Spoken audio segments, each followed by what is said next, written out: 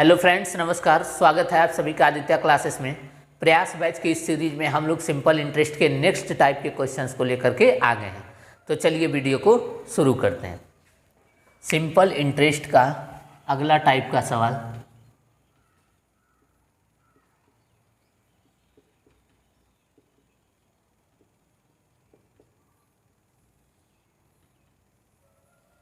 Simple interest का next type का सवाल हम लोग पढ़ने वाले हैं, जो कि पार्ट है आपका 22 या फिर हो सकता है 21 हो, इन्हीं दोनों में से कोई एक है। ठीक है ना, पार्ट 21 या पार्ट 22। ठीक है, तो चलिए कोई सा भी पार्ट हो, हमें पढ़ने से मतलब है। तो अब बात करते हैं। सवाल ये कह रहा है, लिख देते हैं, बड़ा सवाल है।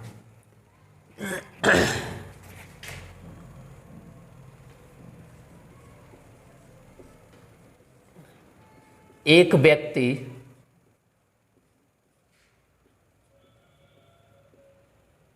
अपनी आय का 2/5 भाग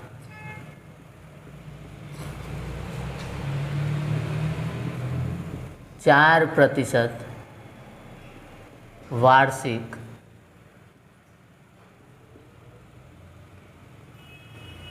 साधारण ब्याज के दर पर निवेश करता है।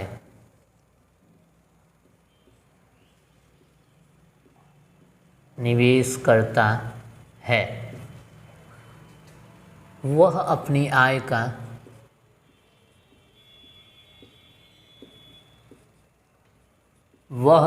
आय का साथ के साथ लिखते रहिए, 1/3 भाग, वह अपनी आय का 1/3 भाग 5% वार्षिक साधारण ब्याज के दर पर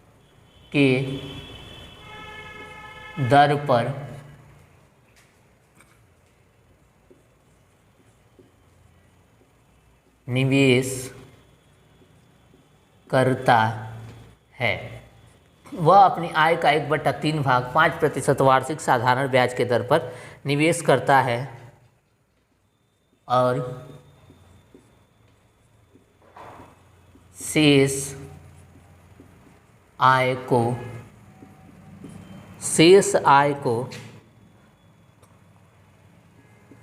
10% वार्षिक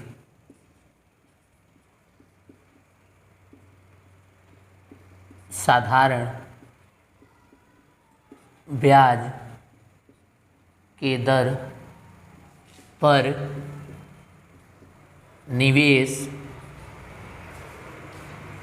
करता है।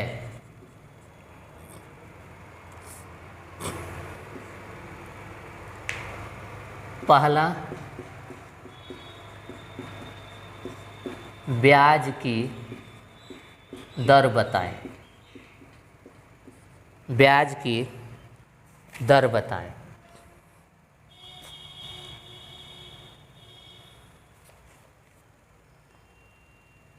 और दूसरा, यदि कुल वार्षिक ब्याज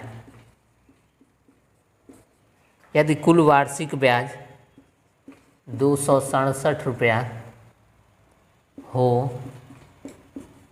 तो उसकी आय बताएं। ठीक है, देखिए कह रहा है कि एक व्यक्ति कुछ रुपया कमाता है, उसका 2/5 भाग 4% वार्षिक साधारण ब्याज के दर पर निवेश करता है और अपनी आय का 1/3 भाग 5% की दर से निवेश करता है, और जो बच जाता है उसको 10% की दर से निवेश करता है। तो पहले पूछ रहा है ब्याज की रेट बताइए, और दूसरा पूछ रहा है यदि कुल वार्षिक ब्याज 267 रुपया हो तो उसकी आय बताइए। ठीक है,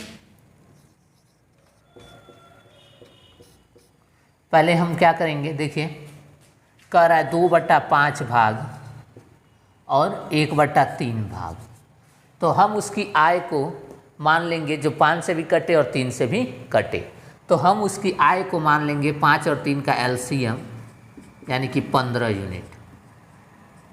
हम उसकी आय को क्या मान लेंगे, 15 यूनिट। यही क्या है, टोटल है, प्रिंसिपल है 15 यूनिट। अब देखिए पहला भाग क्या होगा, पहला भाग 2/5 गुणे 15, 5 तिहाई 15 यानी कि 6 यूनिट होगा पहला भाग। दूसरा भाग क्या होगा, 1/3 गुणे 15 यानी कि 5 यूनिट।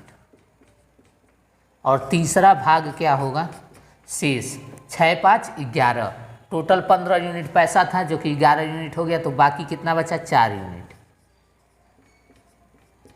4 यूनिट। ठीक है, अब जैसा जैसा कहा जाएगा वैसा करते जाएंगे। उसने पहले भाग को 4% के दर से निवेश किया है, तो पहला भाग क्या है, 6 यूनिट, 6 यूनिट को 4% के दर से 1 साल के लिए निवेश हो गया। दूसरा भाग है 5 यूनिट, 5 यूनिट को 5% की दर से 1 साल के लिए निवेश हो गया। और तीसरा भाग है 4 यूनिट, 4 यूनिट 10% की दर से 1 साल के लिए निवेश हो गया। ठीक है, नीचे सब में 100 आएगा, 100 एलसीएम ले लेंगे, तो यहाँ आ जाएगा 6 चौके 24 प्लस 5 पचे 25 प्लस 4 दहा में 40 बटा 100, तो ये आ जाएगा 89/100। इतना यूनिट क्या मिला, ब्याज मिला 1 साल में, इतना यूनिट क्या मिला, ब्याज मिला 89/100। ठीक है, इतना यूनिट ब्याज मिला। आगे देखते हैं, चलिए इतना नोट कर लीजिए।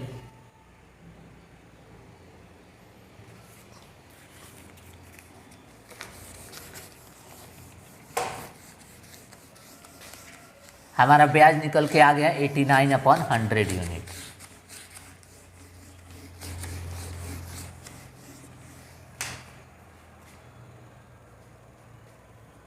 टोटल जो एसआई आया 89/100 यूनिट। ठीक है, तो देखिए आप प्रिंसिपल कितना था, 15 यूनिट माना गया था, तो 15 यूनिट पर आर रेट से 1 साल में मिलने वाला ब्याज होगा 89/100। 15 यूनिट से आर रेट से 1 साल में मिलने वाला ब्याज होगा 89/100। 100 से 100 कट जाएगा, तो आर बराबर आ जाएगा 89/15% पर एनम। ये रेट आ गया, ये क्या आ गया, रेट आ गया। ठीक है, हमें कुल साधारण ब्याज इतना यूनिट में पता चल गया था, तो 15 रुपये पर 15 यूनिट पर आर रेट से 1 साल में मिलने वाला ब्याज 89/100, तो रेट क्या आ गया 89/15%। ठीक है, इसको चाहें तो मिक्स्ड फ्रैक्शन में कन्वर्ट कर सकते हैं, लेकिन हम अभी यहीं तक इसको जानेंगे। ठीक है, आगे सुनिए। पहला तो हमने रेट निकाल लिया 89/100। अब क्या निकालना है, अब हमें उसकी आय निकालनी है। तो कह रहा है कुल वार्षिक साधारण ब्याज 267 रुपया हो, तो हमें पता है कि 1 साल का साधारण ब्याज कितना आ रहा है 89/100 यूनिट, 89/100 यूनिट। लेकिन सवाल में कितना आ रहा है 267 रुपया आ रहा है, तो 1 यूनिट की वैल्यू क्या हो जाएगी 267 गुणे 100/89। ठीक है, 1 यूनिट की वैल्यू। तो हमें प्रिंसिपल यानी कि कुल आय कितना है 15 यूनिट, तो 15 यूनिट की वैल्यू निकालनी है। तो 15 यूनिट की वैल्यू निकालने के लिए 15 से मल्टीप्लाई, 267 गुणे 100 गुणे 15/89। ठीक है, अब इसको काट लेंगे, 3 बार में कट जाएगा, 9 तिहाई 27, 8 फिर के 24 2 26, तो 15 तिहाई 45 4500 रुपया उसका क्या है, कुल आय है। 4500 रुपया उसका कुल आय है। ठीक है,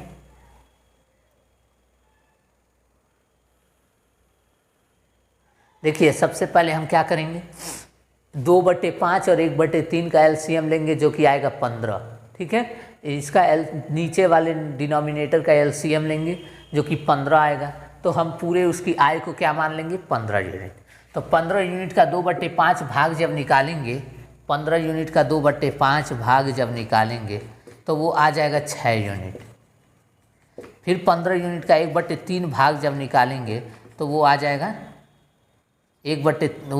5 यूनिट। और फिर जो शेष बचा रिमेनिंग वो कितना बचा, 4 यूनिट। ये फर्स्ट पार्ट आ गया, ये सेकेंड पार्ट आ गया और ये थर्ड पार्ट आ गया। फिर क्या करेंगे, पहले पार्ट को 4% की दर से 1 साल के लिए मिलने वाली राशि लिख देंगे।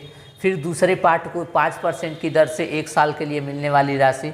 फिर तीसरे पार्ट को 10% की दर से 1 साल के लिए मिलने वाली राशि। यानी कि पहले पार्ट को 6 यूनिट को 4% की दर से 1 साल में मिलने वाली राशि। फिर दूसरा पार्ट यानी कि 5 यूनिट को 5% की दर से 1 साल में मिलने वाली राशि। फिर उसके बाद तीसरा को यानी कि 4 यूनिट को 10% की दर से 1 साल में मिलने वाली राशि। टोटल हो जाएगा 89/100। टोटल क्या हो जाएगा, 89/100। यानी कि कुल मिला करके उसके आय से 89/100 यूनिट ब्याज मिला है। कुल मिलाकर उसकी आय से 89/100 यूनिट ब्याज मिला है। ये 89/100 यूनिट कितने रुपए पर मिला है, 15 यूनिट पर मिला है। तो 15 यूनिट पर क्या रेट लगाए कि 1 साल में इतना ब्याज मिले। 15 रुपये पर क्या रेट लगाए कि 1 साल में इतना ब्याज मिले। तो 100 से 100 कट जाएगा और ये 15 इधर चला आएगा तो 89/15% पर एनम ये आ जाएगा रेट। अब आगे कह रहा है कि 1 साल का साधारण ब्याज 267 है, लेकिन हमने निकाला है कि 1 साल का साधारण ब्याज 89/100 यूनिट है। तो 89/100 यूनिट 267 के बराबर हो जाएगा। तो यहाँ से 1 यूनिट की वैल्यू निकालेंगे तो 100 ऊपर मल्टीप्लाई और 89 नीचे, तो नीचे चला जाएगा 1 यूनिट की वैल्यू निकल जाएगा। और हमें उसकी आय निकालनी है और उसकी आय कितना यूनिट है, 15 यूनिट। तो 1 यूनिट की वैल्यू इतना है तो 15 यूनिट की वैल्यू निकालने के लिए 15 से मल्टीप्लाई कर देंगे। अब 15 से हमने मल्टीप्लाई कर दिया, फिर इसको सॉल्व करेंगे तो 89 से 3 बार में कट जाएगा। अब 15 3 45 और 2 जीरो 4500 रुपये उसकी आय है। ठीक है, अब समझ में आ गया होगा। चलते हैं दूसरे प्रश्न की तरफ।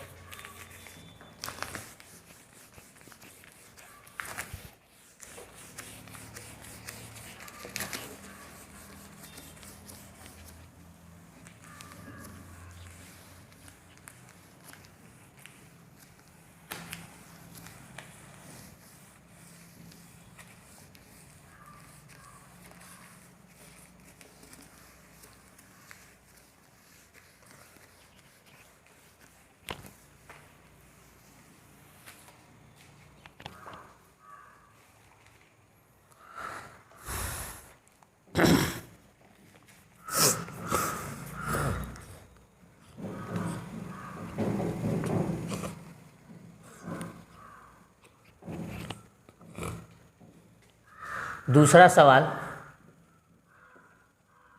एक व्यक्ति अपनी आय का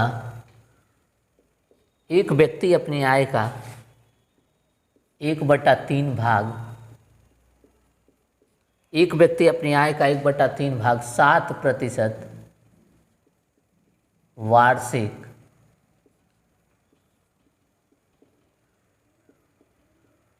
साधारण ब्याज के दर पर निवेश करता है।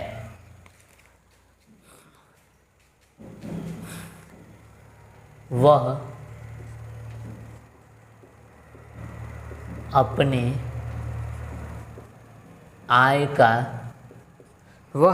आय का 1/4 भाग 8% वार्षिक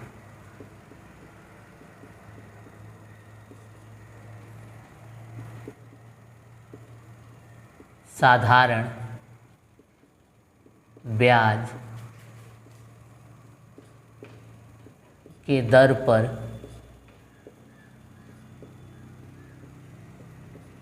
निवेश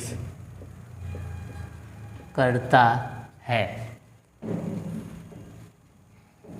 और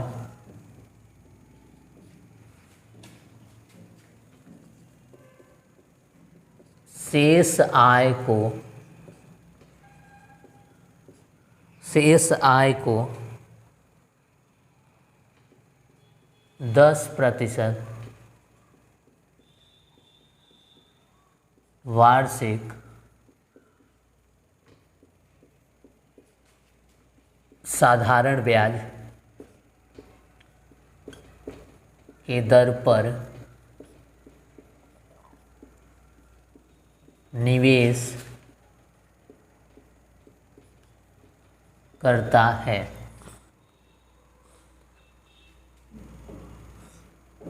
यदि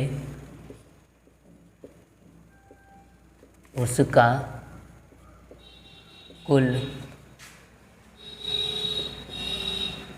वार्षिक साधारण ब्याज 561 रुपया है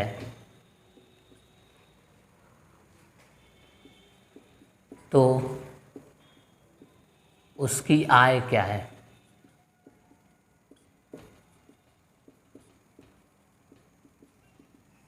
तो उसकी आय क्या है? तो फिर से हम देख रहे हैं 1/3 भाग और 1/4 भाग, यानी कि 3 और 4 का एलसीएम ले लेंगे।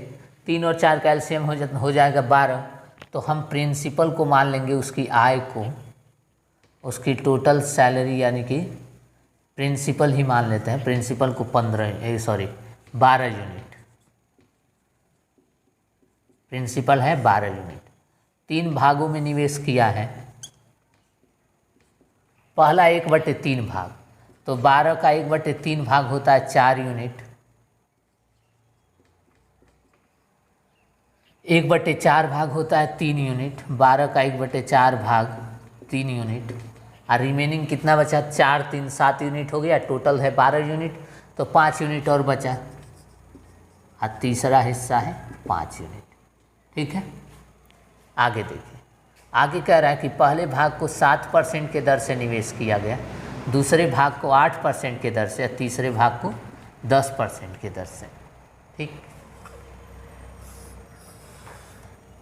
तो अब 4 यूनिट पर 7% की दर से 1 साल में मिलने वाला ब्याज, प्लस 3 यूनिट पर 8% की दर से 1 साल में मिलने वाला ब्याज, प्लस 5 यूनिट पर 10% की दर से 1 साल में मिलने वाला ब्याज। ये हो जाएगा 7 चौक 28, नीचे 100 एलसीएम हो जाएगा, 8 त्रिके 24 और 5 दहा में 10। यहाँ कर देते हैं, ये हो जाएगा 8 4 12 का 2 और 5 4 9 1 10, 102/100, 102/100 काट लेंगे तो 2 से ये 51 बार में कट जाएगा और 2 से ये 50 बार में कट जाएगा, 50/51। ठीक है, इतना यूनिट क्या आया? टोटल ब्याज आया 1 साल का। 1 साल का टोटल ब्याज 51/50 यूनिट है, लेकिन सवाल कह रहा है कि 51/50 यूनिट किसके बराबर हो जाएगा? 561 रुपये के। तो 1 यूनिट की वैल्यू क्या हो जाएगी? 561 गुणे 50/51 रुपये, 1 यूनिट की वैल्यू। तो हमें कितने यूनिट की वैल्यू निकालनी है? उसकी आय निकालनी है। उसकी आय कितना है? 12 यूनिट। तो 12 से क्या करेंगे? मल्टीप्लाई। तो 12 यूनिट की वैल्यू क्या ये हो जाएगा? गुणे 50 51 इंटू 12। क्या ये 12 यूनिट की वैल्यू हो जाएगी? आप कहेंगे हाँ सर हो जाएगी। ठीक है, अब इसको देखिए, इसको हम काटेंगे 3 से, तो 17 बार में कट जाएगा। 3 से इसको काटेंगे 4 बार में कट जाएगा। अब 17 से इसको भाग देंगे तो 17 तियाँ होता है 51, 17 तियाँ 51, फिर 17 तियाँ 51, तो 33 बार में कटा। तो 33, 5 तिहाई 15, 5 तिहाई 15, 1 16, 165 0 गुणे 4, यानी कि 0, 5 चौके 20 और 16 चौके 64, 64 और 2 66, 5 चौके 20 का 2 और 16 चौके 64 में 2 जोड़ देंगे 66, ठीक है। तो इस तरीके से उसका टोटल अर्निंग क्या आ गया, 6,600 रुपये, 6,600 रुपये, ठीक है। हमने क्या किया, 1/3 भाग और 1/4 भाग, तो नीचे वाला डिनोमिनेटर का एलसीएम ले लिया। 3 और 4 का एलसीएम होता है 12, तो हमने मान लिया कि उसकी आय कितनी है, 12 यूनिट है। हमने मान लिया उसकी आय कितनी है, 12 यूनिट। अब बताइए, यदि उसकी आय 12 यूनिट है तो उसका 1/3 भाग कितना होगा, 4 यूनिट होगा। यदि उसकी आय 12 यूनिट है तो उसका 1/3 भाग होगा 4 यूनिट, और उसका 1/4 भाग होगा 3 यूनिट। तो रिमेनिंग कितना बचता है, 5 यूनिट। ये 7 यूनिट हो गया, 12 में से 7 घटाएंगे 5 यूनिट बच जाएगा। तो पहले भाग को 7% की दर से 1 साल के लिए मिलने वाला ब्याज, दूसरे भाग से 8% की दर से 1 साल में मिलने वाला ब्याज, तीसरे भाग से 10% की दर से 1 साल में मिलने वाला ब्याज। तो 7 चौक 28, नीचे 100 एलसीएम हो जाएगा, 7 चौक 28, 8 त्रिके 24 और 5 दहा में 50। अब इसको टोटल जोड़ेंगे तो 102/100 हो जाएगा, 2 से काट लेंगे 51/50। ये 1 साल का ब्याज हो गया। ये क्या हो गया, टोटल धनराशि से 1 साल में मिलने वाला ब्याज। टोटल धनराशि से 1 साल में मिलने वाला ब्याज हो जाएगा 51/50 यूनिट। लेकिन सवाल कर रहा है 1 साल में उसे कितना ब्याज मिला है, 561 रुपये। तो 51/50 किसके बराबर होगा, 561 रुपये के बराबर। तो 1 यूनिट की वैल्यू क्या हो जाएगी, 561 गुणे 50/51। ये ऊपर चला जाएगा और ये नीचे आ जाएगा। तो हमें कितने यूनिट की वैल्यू निकालनी है, हमें उसका आय निकालना है, और उसका आय क्या है, 12 यूनिट, यानी कि हमें 12 यूनिट की वैल्यू निकालनी है। तो 1 यूनिट की वैल्यू ये है, तो 12 यूनिट की निकालने के लिए 12 से मल्टीप्लाई कर देंगे और आगे इसको काटा पीटी करेंगे तो 6,600 रुपये आ जाएगा, ठीक है। चलिए नोट कर लीजिए।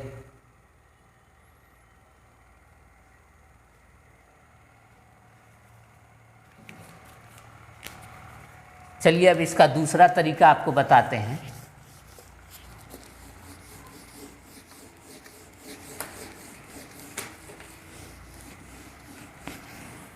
यदि आपको और जल्दी में करना है तो आप कैसे करेंगे, देखिए।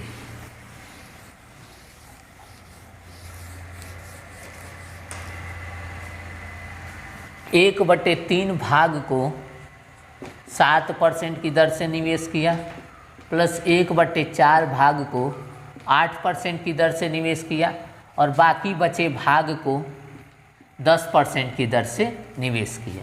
तो बाकी बचा कितना, पहले वो मैं आपको बता देता हूँ। 1/3 और 1/4 को जोड़ेंगे तो क्या हो जाएगा, 7/12। क्या हो जाएगा, 7/12। ये जोड़ना मुझे नहीं आना चाहिए। 4 एकम 4 और 3 एकम 3, तो 4 और 3 हो गया 7 और 3 चौके 12, 7/12। यानी कि 12 में से 7 चला जाएगा तो क्या बचेगा, 5/12 बचेगा। कितना हिस्सा बच गया, 5/12 बच गया। तो यहाँ पे लिख देंगे 5/12, यानी कि रिमेनिंग भाग क्या हो जाएगा, 5/12। इन दोनों को घटा करके ऊपर लिख देंगे और नीचे वाली वैल्यू को सेम कर देंगे, तो हमें रिमेनिंग वैल्यू निकल के आ जाएगी। हमें शेष धनराशि निकालनी है फ्रैक्शन में, तो क्या करेंगे, इन दोनों को जोड़ देंगे। इन दोनों को जोड़ने पर सर जी आया 7/12। अब क्या करेंगे, हमें ये निकालना है, तो हम इन दोनों को घटाएंगे तो कितने का अंतर है, 5 का। 5 को ऊपर लिखेंगे और नीचे 12 एज इट इज उतार देंगे, ठीक है। तो रिमेनिंग धनराशि निकल जाएगी। मान लीजिए इसको जोड़ने पर आता 12/18, तो हम इन दोनों को घटा लेते। इन दोनों को घटाने पर मान लीजिए 13/18 मान लेते हैं, तो इन दोनों को घटाने पर 5 आता है और नीचे हम लिख देते हैं 18, तो ये रिमेनिंग राशि निकल जाती है, ठीक है। तो पहले इन दोनों को जोड़ना है, और जोड़ने पर जो है इन दोनों के बीच के अंतर को ऊपर लिखेंगे और डिनोमिनेटर को सेम 18 उसी तरह लिख देंगे, ठीक है। समझ में आ गया। चलिए आगे बढ़ते हैं। तो 1/3 भाग को 7% की दर से, 1/4 भाग को 8% की दर से और रिमेनिंग 5/12 भाग को 10% की दर से। ठीक है, अब जो कटेगा उसको काट देंगे। तो 1/3 7 1 जा 7, तो ये हो जाएगा 7/3 और ये 2 बार में कट जाएगा तो ये 2 ही रह जाएगा और इसको काटेंगे तो 2 से ये 6 हो जाएगा, 2 से ये 5 हो जाएगा। तो 5 × 5 = 25/6। एलसीएम ले लेंगे, 6 एलसीएम हो जाएगा। एलसीएम क्या हो जाएगा? 6 हो जाएगा।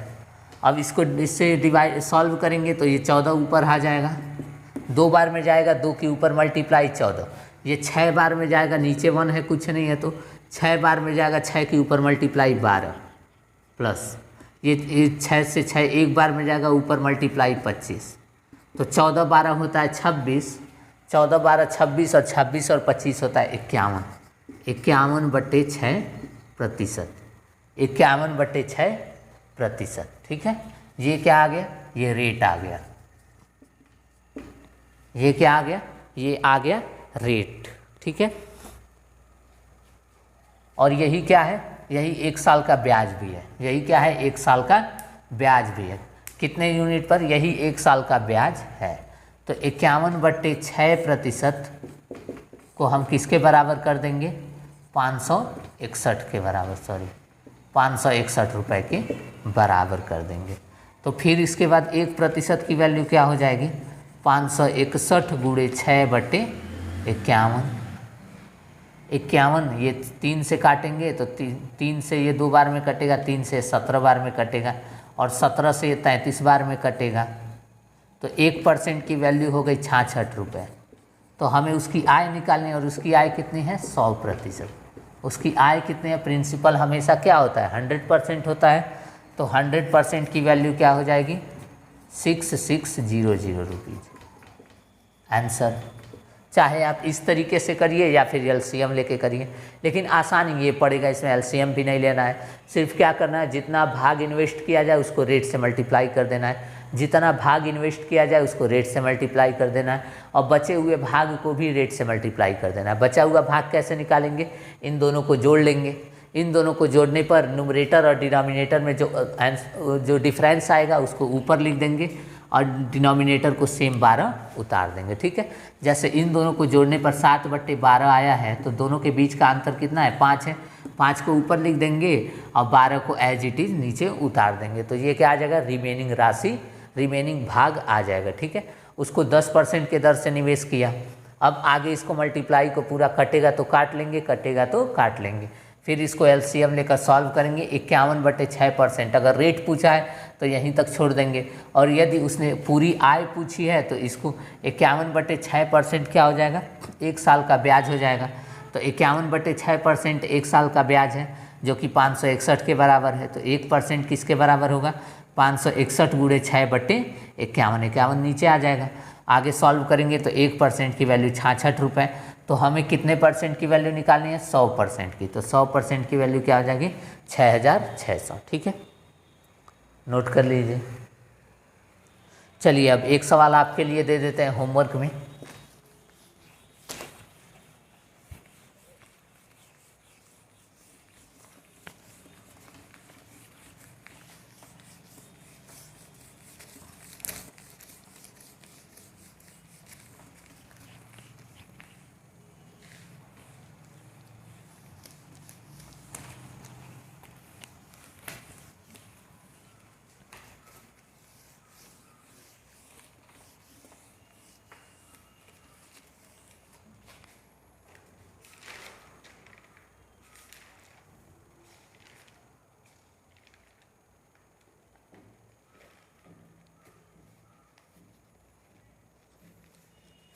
चलिए लिखिए।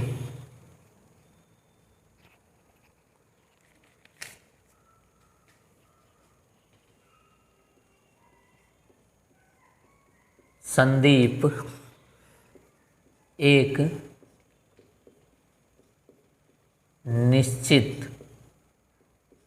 निश्चित धनराशि का 1/5 भाग, संदीप एक निश्चित धनराशि का 1/5 भाग 5% वार्षिक ब्याज के दर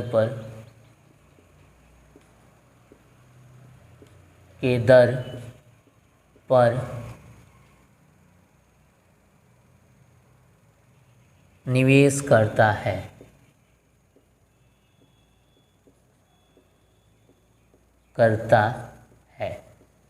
निवेश करता है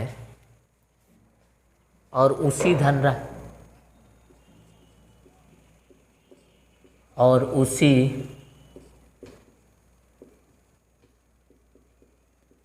धनराशि का 3/5 भाग, 1/8 है जी, 3/5 भाग 6% की दर से निवेश करता है।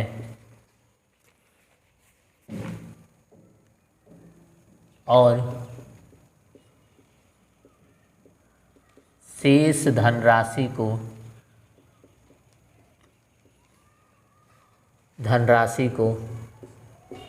10% वार्षिक ब्याज के दर पर निवेश करता है। यदि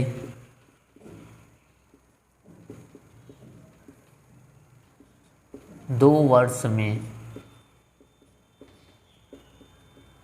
प्राप्त होने वाला कुल साधारण ब्याज, यदि 2 वर्ष में प्राप्त होने वाला कुल साधारण ब्याज 1674 रुपये है, तो उसकी आय क्या है? आय क्या है? तो उसकी आय क्या है? ठीक है, ये होमवर्क में क्वेश्चन है, इसका उत्तर आप लोग कमेंट बॉक्स में देंगे। इसमें ध्यान रखेंगे कि 2 साल का साधारण ब्याज दिया है, तो हम पहले 1 साल का साधारण ब्याज निकालेंगे। तो हमें ज़रूरी है 1 साल का साधारण ब्याज निकालना। ठीक है, तो पहले आप 1 साल का साधारण ब्याज निकाल लेंगे और उसके बाद आप लोग 1/8 से मल्टीप्लाई करके इसको सॉल्व कर लेंगे। ठीक है, चलिए मिलते हैं नेक्स्ट पार्ट में। Thanks for watching.